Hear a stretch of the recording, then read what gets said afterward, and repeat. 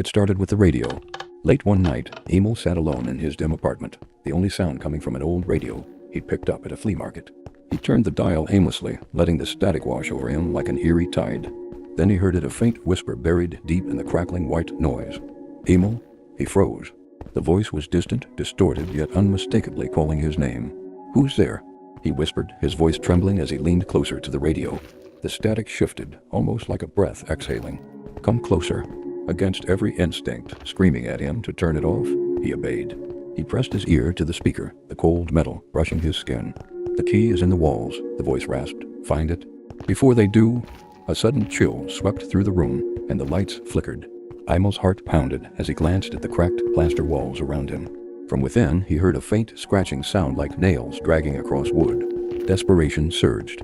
He grabbed a hammer and began to chip away at the plaster. With each strike, the whispers grew louder, more urgent, until finally the wall gave way. Inside was a dusty wooden box bound with rusty chains. The radio screeched violently, the static now deafening. "Open it," the voice demanded. Emil hesitated, his hands trembling as he undid the chains. Inside lay a small, blood-stained key. The whispers stopped. Then came the knock at the door. 3 slow, deliberate knocks. Emil's breath caught as a low, guttural voice from the other side growled, "You're too late."